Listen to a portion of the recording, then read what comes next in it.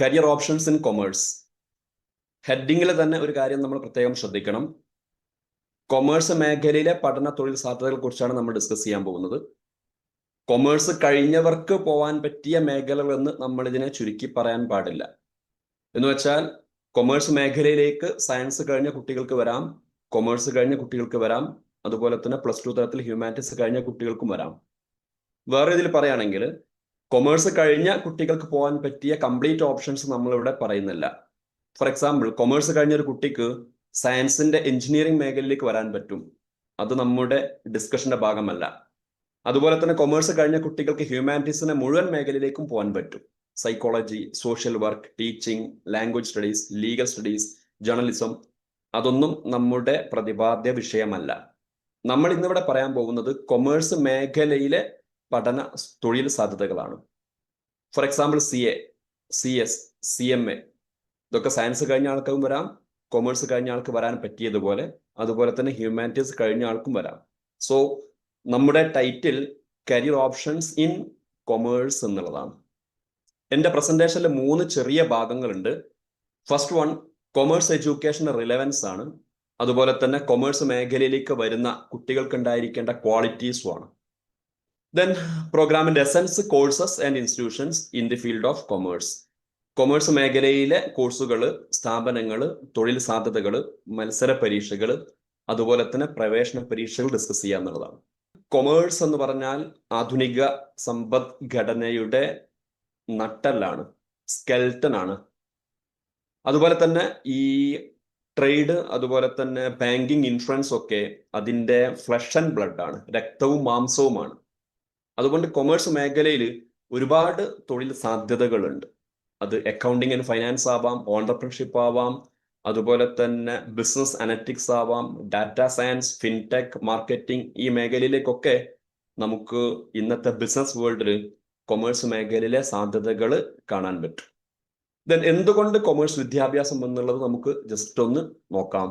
നമുക്കറിയാം, നമ്മൾ ഒരു കാർഷിക എക്കോണമി ഡെവലപ്ഡ് രാജ്യമാണ്.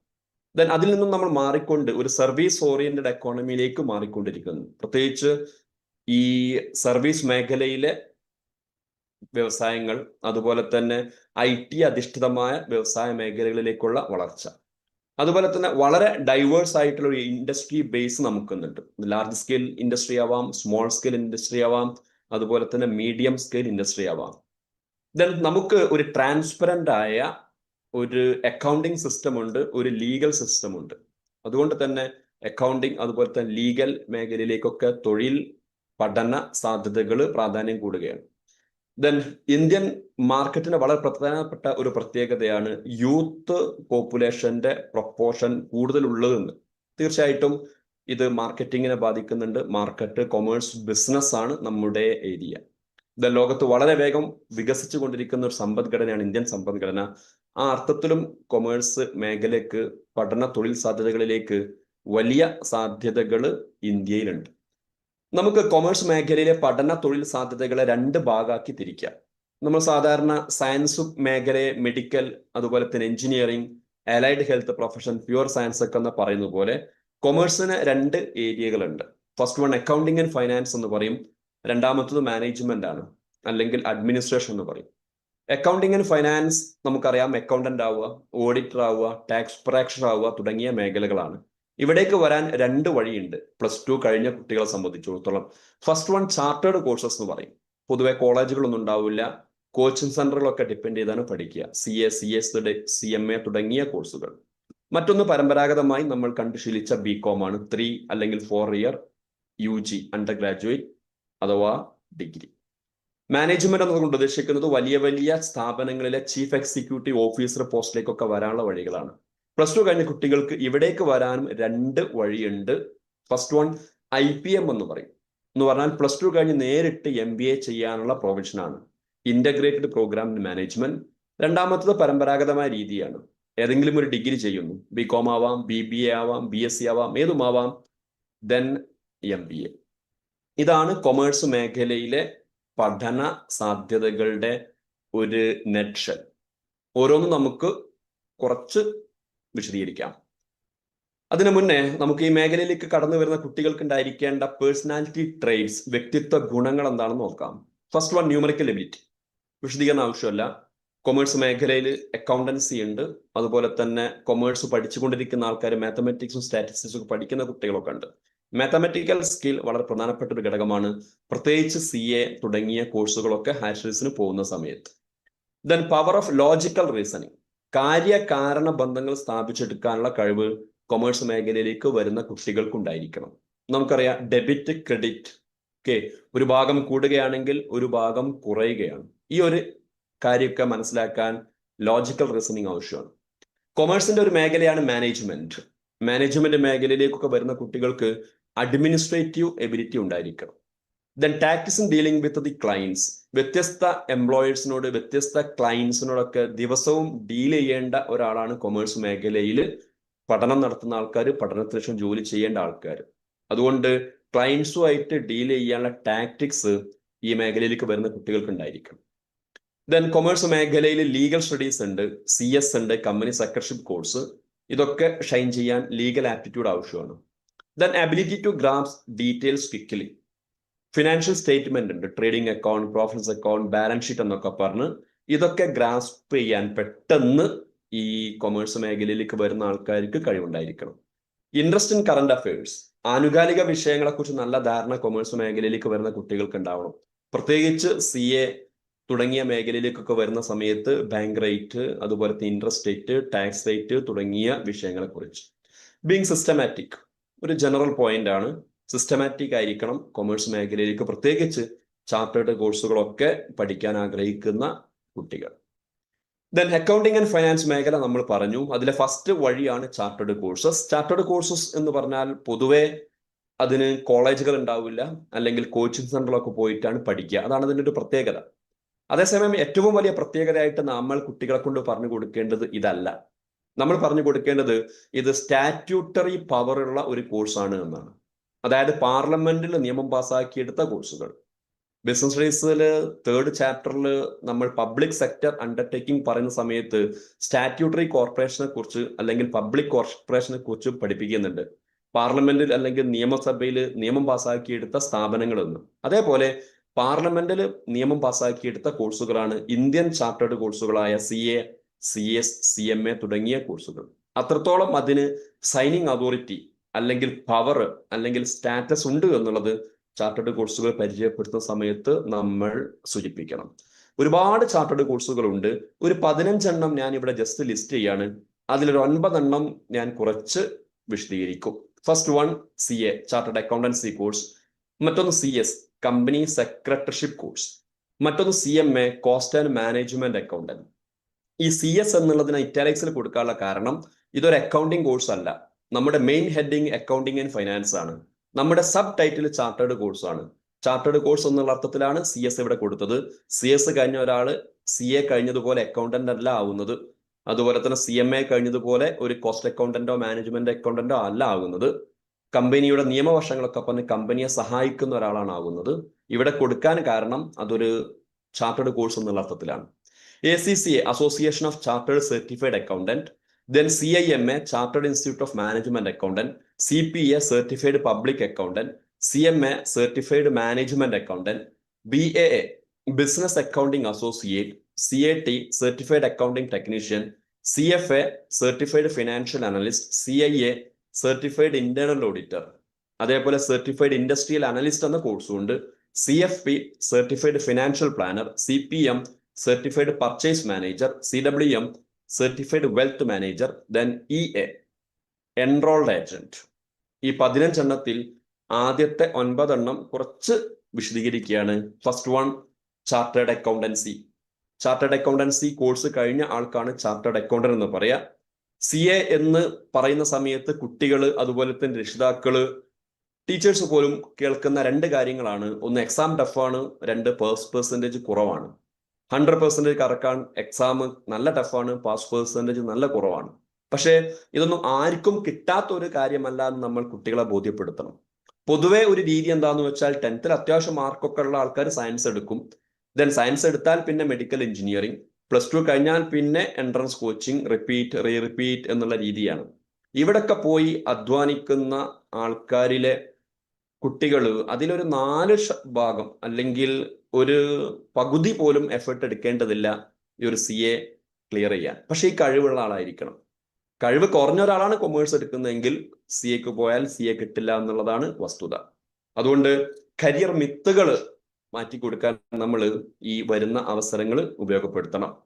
CA 3 സ്റ്റേജ് ആണുള്ളത്: ഫൗണ്ടേഷൻ, ഇന്റർമീഡിയറ്റ് ആൻഡ് ഫൈനൽ. ഫൗണ്ടേഷനിൽ 4 പേപ്പർ ഉണ്ട്, ഇന്റർമീഡിയറ്റിൽ 3+3 6 പേപ്പറാണ്, ഫൈനലും 3+3 6 പേപ്പറാണ്. 6 പേപ്പറിന് 3+3 എന്ന് പറയാൻ കാരണം ഗ്രൂപ്പ് വൈസ് പേപ്പർ ക്ലിയർ ചെയ്യണം. CA, CS, CMA തുടങ്ങിയ കോഴ്സുകൾ ഗ്രൂപ്പ് വൈസ് ക്ലിയർ ചെയ്യാന്ന് പറഞ്ഞാൽ ഒരു ഗ്രൂപ്പിൽ 4 പേപ്പർ ഉണ്ടെങ്കിൽ 4 പേപ്പർ ഒന്നിച്ചെഴുതി പാസ്സാവണം. ഒരു കുട്ടി 4 പേപ്പർ എഴുതി 3 പേപ്പർ പാസ്സായി, ഒരു പേപ്പർ 1 മാർക്കിന് മിസ്സായാൽ അടുത്ത പ്രാവശ്യം ഈ 4 പേപ്പറും ഒന്നിച്ച് എഴുതണം. ഇനി 60% എബവ് മാർക്കൊക്കെ ഉണ്ടെങ്കിൽ എക്സംഷനും കാര്യങ്ങളും ഒക്കെ ഉണ്ട്. പക്ഷെ മിസ്സായ പേപ്പർ ഒരു നിശ്ചിത സമയത്തിനുള്ളിൽ ക്ലിയർ ചെയ്യണം എന്നൊക്കെ ഉണ്ട്. ദെൻ ചാർട്ടേഡ് കോഴ്സുകളുടെ പ്രധാനപ്പെട്ട ഒരു ഭാഗമാണ് പഠനത്തിന്റെ ഭാഗമായിട്ട് ഇന്റേൺഷിപ്പ് അല്ലെങ്കിൽ ആർട്ടിക്കിൾഷിപ്പ് എന്ന് പറയും. CA ഇന്റർമീഡിയറ്റ് കഴിഞ്ഞ ഒരാൾക്ക് 2 വർഷം തുടർച്ചയായിട്ട് ഒരു ക്വാളിഫൈഡ് ചാർട്ടേഡ് അക്കൗണ്ടിന് കീഴിൽ പ്രാക്ടീസ് ചെയ്യണം. അതിനാണ് ഇന്റേൺഷിപ്പ് അല്ലെങ്കിൽ ആർട്ടിക്കിൾഷിപ്പ് എന്ന് പറയാം. Then final. മറ്റൊന്നാണ് CS, company secretaryship course. CS എന്ന് പറഞ്ഞാൽ കമ്പനി സെക്രട്ടറി കോഴ്സ് കഴിഞ്ഞ ആളാണ്. നേരത്തെ ഞാൻ പറഞ്ഞു കഴിഞ്ഞു, കമ്പനിയുടെ നിയമവശങ്ങളൊക്കെ പറഞ്ഞ് കമ്പനിയെ സഹായിക്കുകയാണ് CS കഴിഞ്ഞ ഒരാൾ ചെയ്യുന്നത്. ദെൻ ഇതിന് 3 സ്റ്റേജ് ഉണ്ട്. ഫസ്റ്റ് വൺ എൻട്രൻസ് ആണ്, CSEET എന്ന് പറയും. Company secretaryship, executive, entrance test 4 പേപ്പറാണ്. ദെൻ എക്സിക്യൂട്ടീവ് 7 പേപ്പറാണ്, 4+3 7. പ്രൊഫഷണലിലും 7 പേപ്പറാണ്, 4+3. നേരത്തെ പറഞ്ഞതുപോലെ ഗ്രൂപ്പ് വൈസ് പേപ്പർ ഇവിടെയും ക്ലിയർ ചെയ്യണം. ദെൻ ഇതിൽ 21 മാസമാണ് ട്രെയിനിങ് ആർട്ടിക്കിൾഷിപ്പ്. CAക്ക് 24 മാസമാണെങ്കിൽ CSന് 21 മാസമാണ്. ദെൻ മറ്റൊന്നാണ് cost and management accountant, CMA India. നേരത്തെ ഇതിന്റെ പേര് CWA എന്നായിരുന്നു, cost and works accountant. Then ഇത് പൊതുവെ കോസ്റ്റ് അക്കൗണ്ടിങ് അല്ലെങ്കിൽ മാനേജ്മെന്റ് അക്കൗണ്ടിങ് മേഖലയിലേക്ക് വരാനുള്ളത്. ഒരു പ്രൊഡക്റ്റിന് ഇത്രയാണ് കോസ്റ്റ് ആയത്, ഒരു പ്രൊഡക്റ്റിന് എത്രയാണ് പ്രൈസ് നിശ്ചയിക്കേണ്ടത് തുടങ്ങിയ കാര്യങ്ങളിൽ മാനേജ്മെന്റിനെ അഡ്വൈസ് ചെയ്യുന്ന പ്രൊഫഷണൽസ് ആണ് CMAക്കാർ. ഇതിന് 3 സ്റ്റേജ് ആണുള്ളത്. First one foundation, second one intermediate, third one final. ഫൗണ്ടേഷനിൽ 4 പേപ്പറാണ്, ഇന്റർമീഡിയറ്റിൽ 4+4 8 പേപ്പറാണ്, ഫൈനലിലും 4+4 8 പേപ്പറാണ്. നേരത്തെ പറഞ്ഞതുപോലെ ഗ്രൂപ്പ് വൈസ് പേപ്പർ ക്ലിയർ ചെയ്യണം. ദെൻ ട്രെയിനിങ് ഉണ്ട്. 15 മാസമാണ് ഈ CMA ഇന്ത്യയുടെ ആർട്ടിക്കിൾഷിപ്പ് അഥവാ ഇന്റേൺഷിപ്പ് ട്രെയിനിങ്. ദെൻ മറ്റൊന്നാണ് ACCA, association of chartered certified accountant. ഇന്ത്യയിലെ CA ഉള്ളതുപോലെ UK ഉള്ളതാണ് ACCA. ഇന്റർനാഷണൽ CA എന്നും ACCA പൊതുവെ പറയാറുണ്ട്. ഇവിടെ 3 ലെവലാണ്: നോളജ്, സ്കിൽസ് ആൻഡ് പ്രൊഫഷണൽ. മൊത്തത്തിൽ 13 പേപ്പറുകൾ. പൊതുവെ കുട്ടികൾ ചോദിക്കാറുണ്ട്, CA ആണോ നല്ലത്, ACCA ആണോ നല്ലത് എന്ന്. നല്ലത് ആകാത്തത് എന്നൊന്നില്ല എന്നാണ് ഞാൻ പറയാ. ഓരോന്നിനും അതിൻ്റെതായ സാധ്യതകളുണ്ട്. ജസ്റ്റ് ഒരു കമ്പാരിസൺ നമുക്ക് നടത്താവുന്നതാണ്. ഇന്ത്യയിൽ തന്നെ ജോലി ചെയ്യണമെന്ന് ആഗ്രഹിക്കുന്ന ഒരാൾ, അതുപോലെ തന്നെ അതിന്റെ സൈനിങ് അതോറിറ്റി, പവർ ഒക്കെ എൻജോയ് ചെയ്യണമെന്ന് ഒരാൾ ആഗ്രഹിക്കുന്നുണ്ടെങ്കിൽ ഇന്ത്യൻ CA ചെയ്യുന്നതാണ് നല്ലത്. ഒരാൾ വിദേശ ജോലിക്കൊക്കെയാണ് പ്രിഫറൻസ് കൊടുക്കുന്നതെങ്കിൽ ACC ഓപ്റ്റ് ചെയ്യാം. ഇതിനർത്ഥം CA ചെയ്ത ആൾക്ക് വിദേശത്ത് ജോലിയില്ല എന്നോ ACCA ചെയ്ത ആൾക്ക് ഇന്ത്യയിൽ ജോലിയില്ല എന്നൊന്നുമല്ല. അങ്ങോട്ടും ഇങ്ങോട്ടും ഒക്കെ ചെയ്യാം, no problem. Then group wise paper clear ചെയ്യണം CA. ACCA group wise paper clear ചെയ്യേണ്ടതില്ല.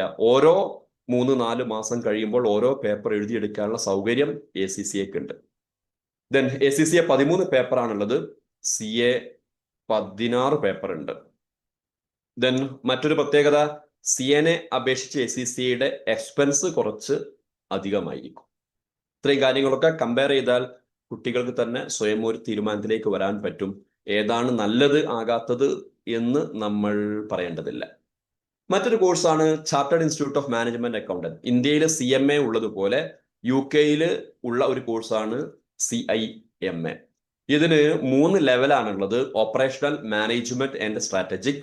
12 പേപ്പറാണ് ഡിഗ്രി കഴിഞ്ഞ ഒരു കുട്ടിക്ക് ഉണ്ടാവുക. +2 കഴിഞ്ഞ കുട്ടിക്ക് ഒരു 4 പേപ്പർ അഡീഷണൽ വരുന്നുണ്ട്. ദെൻ 3 കേസ് സ്റ്റഡിയും വരുന്നുണ്ട്.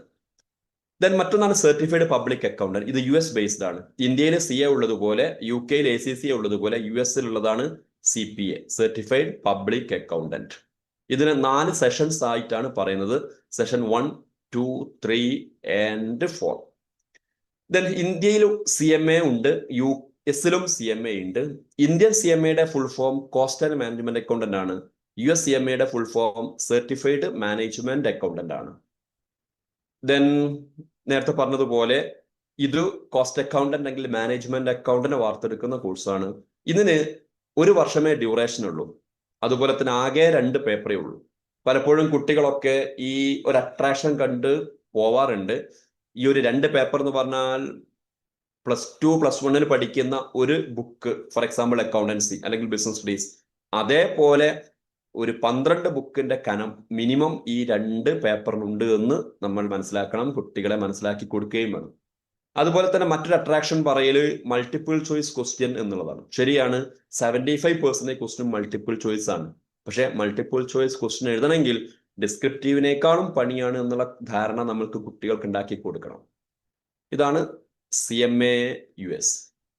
സാധാരണ ACCA വേണോ CA വേണോ എന്ന് ചോദിക്കുന്നത് പോലെ കുട്ടികൾ ചോദിക്കുന്ന ഒരു ചോദ്യമാണ്, ഇന്ത്യൻ CMA ചെയ്യണോ US CMA ചെയ്യണോ, ഏതാണ് നല്ലത് എന്ന്. നല്ലത് ഏത്, ആകാത്തത് ഏത് എന്നൊന്നില്ല. കുട്ടികളുടെ ഇഷ്ടത്തിന് പ്രിഫറൻസ് കൊടുത്ത് തീരുമാനം എടുക്കുകയാണ് വേണ്ടത്. കുട്ടികളുടെ ഇഷ്ടത്തിനനുസരിച്ച് തീരുമാനിക്കുക എന്ന് പറയുമ്പോൾ ഒരുപക്ഷെ കുട്ടികൾ സാറ്റിസ്ഫൈഡ് ആവില്ല. അതുകൊണ്ട് ഒരു കമ്പാരിസൺ നടത്തി കൊടുക്കുക. നേരത്തെ പറഞ്ഞതുപോലെ ഇന്ത്യയിൽ തന്നെ ജോലി ചെയ്യണം, അതിന്റെ സ്റ്റാറ്റ്യൂട്ടറി പവർ, സൈനിങ് അതോറിറ്റി ഒക്കെ എൻജോയ് ചെയ്യണമെന്ന് ആഗ്രഹിക്കുന്നുണ്ടെങ്കിൽ തീർച്ചയായിട്ടും നല്ലത് ഇന്ത്യൻ CMA ചെയ്യുന്നതാണ്. വിദേശ ജോലിക്കാണ് പ്രിഫറൻസ് കൊടുക്കുന്നതെങ്കിൽ US CMA ചെയ്യുന്നതാണ് നല്ലത്. ഇതിനർത്ഥം CMA ഇന്ത്യ ചെയ്ത ആൾക്ക് വിദേശത്ത് ജോലിയില്ല എന്നോ, US CMA ചെയ്ത ആൾക്ക് ഇന്ത്യയിൽ ജോലിയില്ല എന്നൊന്നുമല്ല. അങ്ങോട്ടും ഇങ്ങോട്ടും ഒക്കെ ചെയ്യാം. ഇവരുടെ ഒക്കെ professional body memorandum of understanding already ഉണ്ടാക്കി വെച്ചിട്ടുണ്ട്. ദെൻ ഇന്ത്യൻ CMAക്ക് 20 പേപ്പർ ഉണ്ട്, US CMAക്ക് 2 പേപ്പറേ ഉള്ളൂ. ഇന്ത്യൻ CMA ക്ലിയർ ചെയ്യണമെങ്കിൽ ഏകദേശം 4 വർഷം എടുക്കും. US CMA ക്ലിയർ ചെയ്യണമെങ്കിൽ 1 വർഷമേ എടുക്കുള്ളൂ. പക്ഷെ ഒരു കാര്യം ഇവിടെ പ്രത്യേകം മനസ്സിലാക്കണം, ഇന്ത്യൻ CMA +2 യോഗ്യത വെച്ച് ചെയ്യാൻ പറ്റും. US CMA +2 യോഗ്യത വെച്ച് ചെയ്യാൻ പറ്റും, പക്ഷെ ജോലി ചെയ്യണമെങ്കിൽ ഡിഗ്രി വേണം. ആക്ച്വലി US CMA ഒരു PG കോഴ്സാണ്. അതുകൊണ്ട് +2 കഴിഞ്ഞ ഒരു കുട്ടി 1 വർഷം കൊണ്ട് കോഴ്സ് ക്ലിയർ ചെയ്താലും ജോലിക്ക് ശ്രമിക്കാൻ കഴിയില്ല. 3 വർഷത്തെ ഒരു ഡിഗ്രി അവർക്ക് ഉണ്ടായിരിക്കണം. ദെൻ എക്സ്പെൻസ് നേരത്തെ പറഞ്ഞതുപോലെ കമ്പാരിറ്റീവ്ലി കൂടുതലാണ് US CMAക്ക്. ദെൻ മറ്റൊന്നാണ് ബിസിനസ് അക്കൗണ്ടിങ് അസോസിയേറ്റ്. CA തോൽക്കുന്നതും ക്വാളിഫിക്കേഷൻ ആണ്. എന്നെ കേൾക്കുന്നത് കൊമേഴ്സ് ടീച്ചേഴ്സ് ആണ്, എല്ലാം അറിയുന്ന കാര്യങ്ങളായിരിക്കും, എങ്കിലും ഞാൻ ജസ്റ്റ് ഒന്ന് പറഞ്ഞു പോവുകയാണ്.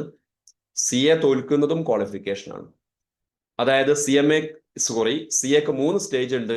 ഒരാൾ 2ാം സ്റ്റേജ് കഴിഞ്ഞു, second stage intermediate. Then articleship ഉണ്ട്, നമ്മൾ പറഞ്ഞു 24 മാസം, 2 വർഷം, അതും കഴിഞ്ഞു. എന്നിട്ടൊരു കുട്ടിക്ക് തോന്നുകയാണ് ഫൈനൽ ക്ലിയർ ചെയ്യാൻ കഴിയില്ല എന്ന്. എങ്കിൽ ആ കുട്ടിക്ക് ഓപ്റ്റ് ചെയ്യാൻ പറ്റിയ ഒരു സർട്ടിഫിക്കേഷൻ ആണ് BAA. ഒരു ജൂനിയർ അക്കൗണ്ടന്റ് ഒക്കെ ആയിട്ട് വർക്ക് ചെയ്യാൻ BCom + BAA സഹായിക്കും.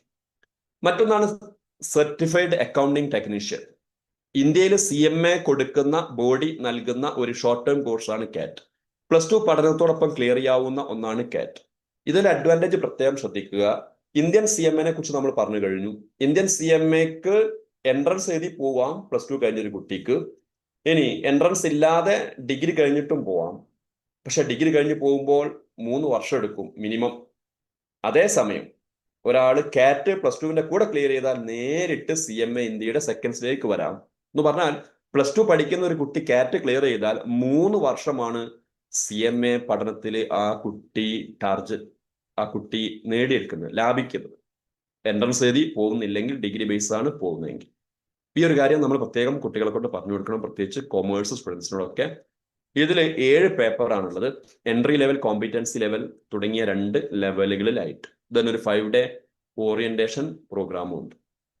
ദെൻ അക്കൗണ്ടിങ് ആൻഡ് ഫൈനാൻസ് മേഖലയിലേക്ക് 2 വഴി ഞാൻ പറഞ്ഞു. ഒന്ന് ചാർട്ടേഡ് കോഴ്സുകളാണ്. അതിൽ ഇന്ത്യയിലെ ചാർട്ടേഡ് കോഴ്സുകൾ സ്റ്റാറ്റ്യൂട്ടറി പദവിയുള്ള കോഴ്സുകളാണ്. വേറെയും കോഴ്സുകളുണ്ട്, 9 എണ്ണം ഞാൻ ചുരുക്കി പറഞ്ഞു. അതിൽ തന്നെ ലിസ്റ്റ് ചെയ്തതിൽ ഒരു 6 എണ്ണം വേറെയും ഉണ്ട്. അതൊക്കെ ടീച്ചേഴ്സിന്റെ താല്പര്യവും കഴിവും അനുസരിച്ച് പ്രിപ്പയർ ചെയ്യണമെന്ന് ആവശ്യപ്പെട്ടുകൊണ്ട് ഞാൻ അക്കൗണ്ടിങ് ആൻഡ് ഫൈനാൻസിന്റെ 2ാമത്തെ മേഖലയിലേക്ക് വരികയാണ്. അതാണ് 3 ഇയർ അല്ലെങ്കിൽ 4 ഇയർ UG പ്രോഗ്രാം. നമുക്കറിയാം BCom അല്ലെ, BCom ഉണ്ട് 3 ഇയർ, BCom ഹോണേഴ്സ് ഉണ്ട് 4 year, then BCom honours with research ഉണ്ട്. അതായത് 4ാമത്തെ വർഷം അവസാനത്തിൽ ഒരു 1-2 പേപ്പറൊക്കെ പ്രസന്റ് ചെയ്താൽ അവർക്ക് BCom research honours with research കിട്ടും. ദെൻ ഒരുപാട് സ്പെഷ്യലൈസേഷനുകൾ ഉണ്ട്. +2 കഴിഞ്ഞിട്ട് നമുക്ക് വരുന്ന ചോദ്യങ്ങളാണ് കുട്ടികളുടെ അടുത്തുനിന്ന്. ബികോം ഏത് വേണം, ഫൈനാൻസ് വേണോ, ടാക്സേഷൻ വേണോ, കമ്പ്യൂട്ടർ അപ്ലിക്കേഷൻ വേണോ എന്നുള്ളത്. നമ്മൾ പൊതുവെ പറഞ്ഞു കൊടുക്കേണ്ട ഒരു കാര്യമാണ്, ഡിഗ്രി തലത്തിൽ സ്പെഷ്യലൈസേഷനെ കുറിച്ച് കൂടുതൽ ബോധർ ചെയ്യേണ്ടതില്ല. ബികോം ചെയ്യുന്ന ഒരു അക്കൗണ്ടന്റ് ആവാൻ വേണ്ടിയിട്ടാണ്. അക്കൗണ്ടന്റ് ആവാൻ ഏതെങ്കിലും ഒരു ബികോമോ മതി. അതുകൊണ്ട് നല്ലൊരു സ്ഥാപനത്തിൽ പോയിട്ട് ബികോം ഉഷാറാക്കാൻ വേണ്ടി ശ്രമിക്കുക. അതിന്റെ സ്പെഷ്യലൈസേഷൻ എന്ത് എന്ന് കൂടുതൽ ബോധർ ചെയ്യേണ്ട ആവശ്യമില്ല. പൊതുവായിട്ടാണ് ഞാൻ പറയുന്നത്. അതേസമയം 2 കാര്യങ്ങൾ കൂടെ കൂട്ടി പറയാണ്. ഒന്ന്, ബികോം കോർപ്പറേഷൻ ഒരു അഡ്വാൻറ്റേജ് ഉണ്ട്. നമുക്കറിയാം, കോപ്പറേറ്റീവ് സെക്ടറിലേക്ക്, സഹകരണ ബാങ്കിലേക്ക്, മിൽമയിലേക്കൊക്കെ ജോലിക്ക് ശ്രമിക്കാൻ ബികോം കോർപ്പറേഷൻ സഹായിക്കും. ബികോം കോർപ്പറേഷൻ ഇല്ലെങ്കിൽ പിന്നെ ബികോമിന് ശേഷം HDC എന്നൊരു കോഴ്സ് ചെയ്യേണ്ടതുണ്ട്, ഹയർ ഡിപ്ലോമ ഇൻ കോർപ്പറേഷൻ. അപ്പൊ ആ അർത്ഥത്തിൽ ബികോം കോർപ്പറേഷൻ അഡ്വാൻറ്റേജ് ഉണ്ട്. ഇനി ഒരു കുട്ടി ബികോമിന് ശേഷം എന്ത് തീരുമാനിച്ചു എന്ന് വിചാരിക്കുക. ബികോമിന് പോകുമ്പോൾ ബികോമിന് ചേരുന്ന സമയത്ത് ബികോമിന് ശേഷം എന്ത് തീരുമാനിച്ചു, ഫോർ എക്സാമ്പിൾ MCOM അല്ലെങ്കിൽ MBA. അപ്പൊ അതിലൊക്കെ സ്പെഷ്യലൈസേഷനെ കുറിച്ച് നേരത്തെ സെലക്ട് ചെയ്തൊരു കുട്ടിയാണെങ്കിൽ ആ സ്പെഷ്യലൈസേഷനിലേക്ക് സഹായിക്കുന്ന രീതിയിൽ ഡിഗ്രി സ്പെഷ്യലൈസേഷൻ ഓപ്റ്റ് ചെയ്യാവുന്നതാണ്. ഫോർ എക്സാമ്പിൾ, ഒരാള് MBA ഫൈനാൻസ് ചെയ്യാൻ തീരുമാനിച്ചു, അയാൾക്ക് ബികോം ഫൈനാൻസ് ചെയ്യാം. അല്ലെങ്കിൽ MBA ബിസിനസ് അനലിറ്റിക്സ് തീരുമാനിച്ചു, ആ കുട്ടിക്ക് ബികോം ബിസിനസ് അനലിറ്റിക്സ് ഓപ്റ്റ് ചെയ്യാം. അങ്ങനെയൊക്കെ ചെയ്യുന്നതിന് പ്രശ്നമില്ല. പൊതുവായിട്ട് പറയുമ്പോൾ ഈ ഒരു സ്പെഷ്യലൈസേഷനെ കുറിച്ച് കൂടുതൽ ബോധർ ചെയ്യേണ്ടതില്ല. ദെൻ വ്യത്യസ്ത രീതിയിൽ സ്ഥാപനങ്ങളുണ്ട്. നമുക്കറിയാം, സെൻട്രൽ യൂണിവേഴ്സിറ്റീസ് ഉണ്ട്, സ്റ്റേറ്റ് യൂണിവേഴ്സിറ്റീസ് ഉണ്ട്, പ്രൈവറ്റ് യൂണിവേഴ്സിറ്റീസ് ഉണ്ട്, ഡീംഡ് യൂണിവേഴ്സിറ്റീസ് ഉണ്ട്, സാധാ ആർട്സ് ആൻഡ് സയൻസ് കോളേജുകളും ഉണ്ട്.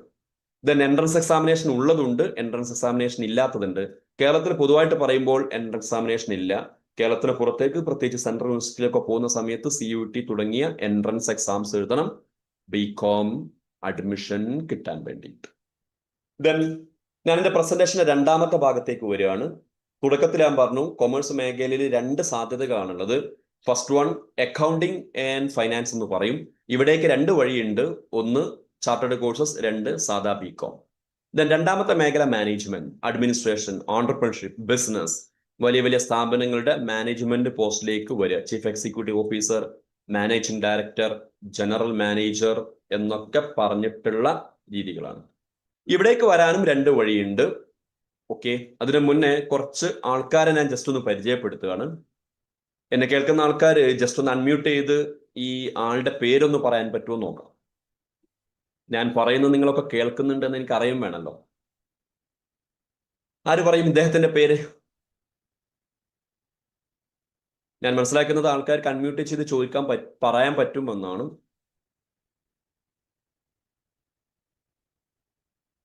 അൺമ്യൂട്ട് ചെയ്യാനുള്ള പ്രൊവിഷൻ ഇല്ലേ?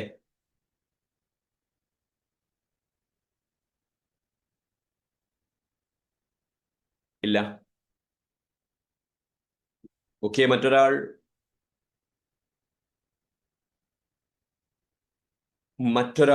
മാനേജ്മെന്റ് മേഖലയിൽ. ഓക്കെ, ഇതൊക്കെ മാനേജ്മെന്റ് മേഖലയിലുള്ള വലിയ വലിയ ആൾക്കാരാണ് അല്ലെ. സത്യ നദല്ല, മൈക്രോസോഫ്റ്റ് അല്ലെ, Sundar Pichai, Google, Elon Musk, Tesla, Arvind Krishna, IBM. ഇതൊക്കെ വലിയ വലിയ മാനേജ്മെന്റ് മേഖലയിലെ എക്സ്പേർട്സുകളാണ്. ദെൻ 2 വഴിക്ക് പോവാ പറഞ്ഞു കഴിഞ്ഞു. ഒന്ന് +2വിന് ശേഷം ഉള്ള IPM ആണ്, ഇന്റഗ്രേറ്റഡ് പ്രോഗ്രാം ഇൻ മാനേജ്മെന്റ്. തുടർച്ചയായിട്ട് 5 വർഷം പഠിച്ചാൽ ഡിഗ്രിയും MBAയും കിട്ടും. ഇതിന് ഒരുപാട് സ്ഥാപനങ്ങളുണ്ട്. പ്രധാനപ്പെട്ടത് നമുക്കറിയാം IIMകൾ തന്നെയാണ്. ചില സെൻട്രൽ യൂണിവേഴ്സിറ്റീസ് ഇന്റഗ്രേറ്റഡ് MBA കൊടുക്കുന്നുണ്ട്, ചില സ്റ്റേറ്റ് യൂണിവേഴ്സിറ്റിയും കൊടുക്കുന്നുണ്ട്. കേരളത്തിൽ സ്റ്റേറ്റ് യൂണിവേഴ്സിറ്റികളിലൊന്നും IPM ഇല്ല. ദെൻ ഡീംഡ് യൂണിവേഴ്സിറ്റികളിലും പ്രൈവറ്റ് യൂണിവേഴ്സിറ്റികളിലും ഒക്കെ IPM പ്രോഗ്രാം ലഭ്യമാണ്. ദെൻ മറ്റൊരു വഴി ആഫ്റ്റർ ഡിഗ്രിയാണ്, ഡിഗ്രിക്ക് ശേഷം. ഡിഗ്രിക്ക് ശേഷം എന്നുള്ളത് MBA ആണ്. ഇവിടെ പ്രത്യേകം ശ്രദ്ധിക്കേണ്ട ഒരു കാര്യം, പൊതുവെ ഡിഗ്രി ഏതുമാവാം എന്ന് പറയുന്ന സമയത്ത് ഏതെങ്കിലും ഒന്നാവാം എന്നുള്ള അർത്ഥത്തിൽ ഡിഗ്രിക്ക് വേണ്ടി ഒരു ഡിഗ്രി എടുക്കാന്നതിനപ്പുറം ചില പ്ലാനിങ്ങുകളൊക്കെ നടത്തുന്നത് നല്ലതാണ്. ഫോർ എക്സാമ്പിൾ, ഇനി ഡിഗ്രി എന്ന് പറയുമ്പോൾ ഞാൻ സജസ്റ്റ് ചെയ്യുക, ഒരു കൊമേഴ്സ് സ്റ്റുഡൻ്റ് ആണെങ്കിൽ ബികോം തന്നെ ഓപ്റ്റ് ചെയ്യാനാണ്. കാരണം എന്താണെന്ന് വെച്ചാൽ ബികോം കഴിഞ്ഞാൽ അക്കൗണ്ടന്റ് ആയി. ഇൻ കേസ് MBAക്ക് പോകാൻ കഴിഞ്ഞിട്ടില്ലെങ്കിൽ പ്രശ്നമൊന്നുമില്ല. കാരണം എന്താണെന്ന് വെച്ചാൽ ബികോം അവിടെ ഉണ്ട്. പൊതുവെ ആൾക്കാർ പറയുന്നത് BBA MBA BBA MBA എന്നാ. ഇത് പറയുന്നത് കേട്ടാൽ തോന്നും MBA ചെയ്യാൻ BBA ചെയ്യൽ നിർബന്ധമാണ് എന്ന്. സോറി, MBA ചെയ്യാൻ BBA നിർബന്ധമില്ല. മാത്രവുമല്ല, BBA ചെയ്താൽ ബികോമിന്റെ അത്ര ഓപ്പണിങ്സ് ഇല്ല. മിക്കവാറും MBA കൂടെ ചെയ്യേണ്ടി വരും. ആ അർത്ഥത്തിൽ ബികോം ചെയ്യുന്നതാണ് നല്ലത്. ഇനി കൊമേഴ്സ് കഴിയാത്ത ഒരാള് വരികയാണ്, സയൻസ് കഴിഞ്ഞ ഒരാള് BBAക്ക് പോയിരിക്കും കുറച്ചുകൂടെ നല്ലത്. കാരണം ബികോം കൊമേഴ്സ് ബാക്ക്ഗ്രൗണ്ട് ഇല്ലാത്തൊരു പ്രയാസം ഒരുപക്ഷെ ബികോമിന് ഉണ്ടാവും. ഇനി സയൻസ് കഴിഞ്ഞ ഒരു കുട്ടിയാണെങ്കിൽ BSc ചെയ്യാം. ഫോർ എക്സാമ്പിൾ മാത്സ്, MBA എൻട്രൻസിൽ മാത്സ് ഒരുപാട് ഉണ്ടാവും, BSc മാത്സ്. വേണമെങ്കിൽ ഒരു കുട്ടിക്ക് BA ഇംഗ്ലീഷ് ചെയ്തിട്ട് വരാം. ഫോർ എക്സാമ്പിൾ MBA എൻട്രൻസിൽ ഒരുപാട് ക്വസ്റ്റ്യൻസ് ഇംഗ്ലീഷ് ഉണ്ടാവും. ഗ്രൂപ്പ് ഡിസ്കഷൻ ഇംഗ്ലീഷ് സഹായിക്കും, ദെൻ ഇന്റർവ്യൂവിന് ഇംഗ്ലീഷ് സഹായിക്കും. അപ്പൊ ആ അർത്ഥത്തിലും കാര്യങ്ങൾ എന്ത് ചെയ്യാം, പ്ലാൻ ചെയ്യാം ഇനി ഡിഗ്രി എന്ന് പറയുന്ന സമയത്ത്. ദെൻ പ്രധാനപ്പെട്ട സ്ഥാപനങ്ങൾ പബ്ലിക് സെക്ടറിൽ IIM-കൾ തന്നെയാണ്. നമുക്കറിയാം IIT-കൾ ഉണ്ട്, ദെൻ NIT-കൾ ഉണ്ട്, സെൻട്രൽ യൂണിവേഴ്സിറ്റി ഉണ്ട്. സ്റ്റേറ്റ് യൂണിവേഴ്സിറ്റിയിലൊക്കെ MBA പഠിക്കാൻ കഴിയും. ഒരുപാട് സ്പെഷ്യലൈസേഷനുകൾ ഉണ്ട്. ഓക്കെ, ഈ സ്പെഷ്യലൈസേഷനുകൾ രണ്ട് രീതിയിൽ ചെയ്യാം. ഒന്നുകിൽ MBA-യുടെ ഭാഗമായിട്ട് ചെയ്യാം, അല്ലെങ്കിൽ ഈ പറയുന്ന ലിസ്റ്റ് ചെയ്ത പേരുകളിലൊക്കെ ഒരുപാട് കോഴ്സുകൾ 1 ഇയർ ആയിട്ടും 2 ഇയർ ആയിട്ടും PG ഡിപ്ലോമ ആയിട്ടും PG ആയിട്ടും ഒക്കെ ഉണ്ട്. അത് MBA ആയിട്ട് ചെയ്യാം, അല്ലെങ്കിൽ സാധാ PG കോഴ്സുകളായിട്ട് ചെയ്യാം. ബാങ്കിങ് ഉണ്ട്, സ്റ്റോക്ക് ബ്രോക്കിംഗ് ഉണ്ട്, actuarial science, business analytics, marketing, finance, HR, ഒരുപാട് ഓപ്ഷനുകൾ ഉണ്ട്. ദെൻ പൊതുവായിട്ട് കുട്ടികളെ കൊണ്ട് പറഞ്ഞു കൊടുക്കാവുന്ന സംഗതിയാണ് സ്കോളർഷിപ്പ്. ഇതൊന്നും ഡീറ്റെയിൽഡ് ആയിട്ട് പറയുക പ്രായോഗികമല്ല. കുട്ടികൾക്ക് ചെറിയ ഒരു ധാരണ ഹയർ സ്റ്റഡീസിന് സ്കോളർഷിപ്പ് ഉണ്ട് എന്ന് പറഞ്ഞു കൊടുക്കുക. അതുമായി ബന്ധപ്പെട്ട കാര്യങ്ങളൊക്കെ സ്കോളർഷിപ്പുമായി ബന്ധപ്പെട്ട അധ്യാപകരെ കൊണ്ട് ചോദിക്കാനോ കരിയർ ഗൈഡ് കൊണ്ട് ചോദിക്കാനോ ഒക്കെ പറയാം. ഒരുപക്ഷെ കൊമേഴ്സ് മേഖലയിലെ ടീച്ചേഴ്സ് അധികവും കരിയർ ഗൈഡൻസ് മേഖലയിൽ ഉള്ളവരാവാൻ സാധ്യതയല്ല. അതുകൊണ്ട് ചെറിയൊരു പിക്ചർ കൊടുക്കുക മാത്രമേ പ്രായോഗികമുള്ളൂ. സെൻട്രൽ ഗവൺമെന്റ്, സ്റ്റേറ്റ് ഗവൺമെന്റ് സ്കോളർഷിപ്പുകളുണ്ട്, പബ്ലിക് സെക്ടർ സ്കോളർഷിപ്പുകളുണ്ട്, പ്രൈവറ്റ് സ്കോളർഷിപ്പ് ഉണ്ട്, CSR-ന്റെ ഭാഗമായിട്ടൊക്കെ സ്കോളർഷിപ്പുകൾ കൊടുക്കുന്നുണ്ട്. NGO-കൾ, അതുപോലെ തന്നെ ഓരോ സ്ഥാപനങ്ങൾ സെപ്പറേറ്റ് സ്കോളർഷിപ്പ് കൊടുക്കുന്നുണ്ട്. എബ്രോഡ് സ്റ്റഡി സ്കോളർഷിപ്പ് ഒക്കെ വലിയൊരു വിഷയം തന്നെയാണ്. അതിലേക്കൊന്നും ഞാൻ ഡീറ്റെയിൽ ആയിട്ട് പോകുന്നില്ല. ദെൻ എന്തെല്ലാമാണ് ജോബ് പ്രോസ്പെക്ട്സ്? കൊമേഴ്സ് മേഖലയിലെ ജോലി സാധ്യതകൾ ഫിനാൻഷ്യൽ അക്കൗണ്ടിങ് മേഖലയിലുണ്ട്, കോസ്റ്റ് അക്കൗണ്ടിങ് ഉണ്ട്, management accounting, auditing, taxation, investment banking, budget analysis, banking, insurance, stock broking എന്നൊക്കെ പറഞ്ഞ ഒരുപാട് മേഖലകളിൽ കൊമേഴ്സ് കഴിഞ്ഞ ആൾക്കാർക്ക് ജോലി ചെയ്യാൻ പറ്റും. ഇവിടെ മറ്റ് വിഷയങ്ങളൊക്കെ ഓരോ വിഷയമായിട്ടാണ് പറയുന്നത്. കൊമേഴ്സുകാരെ സംബന്ധിച്ചിടത്തോളം 2 പ്രധാനപ്പെട്ട വിഷയങ്ങളാണുള്ളത്. ഒന്ന് അക്കൗണ്ടൻസി ആണ്, ഒന്ന് ബിസിനസ് സ്റ്റഡീസ് ആണ്. അക്കൗണ്ടൻസി പഠിച്ചാൽ, ബിസിനസ് സ്റ്റഡീസ് പഠിച്ചാൽ എന്നൊരു ക്ലാസിഫിക്കേഷൻ ഇവിടെ നൽകുന്നില്ല. കൊമേഴ്സ് എന്നാണ് നമ്മൾ ടോപ്പിക് കൊടുത്തിരിക്കുന്നത്. അപ്പൊ അതിലൊന്ന് അക്കൗണ്ടിങ്ങിന് ഫൈനാൻസ് ആണ്, അത് വേണമെങ്കിൽ നമുക്ക് അക്കൗണ്ടൻസി എന്ന് പറയാം. രണ്ടാമത്തത് മാനേജ്മെന്റ് ആണ്, അത് വേണമെങ്കിൽ നമുക്ക് ബിസിനസ് സ്റ്റഡീസ് എന്ന് പറയാം. കാരണം +2 ബിസിനസ് സ്റ്റഡീസ് കംപ്ലീറ്റ് നമ്മൾ മാനേജ്മെന്റ് ആണല്ലോ പഠിപ്പിക്കുന്നത്.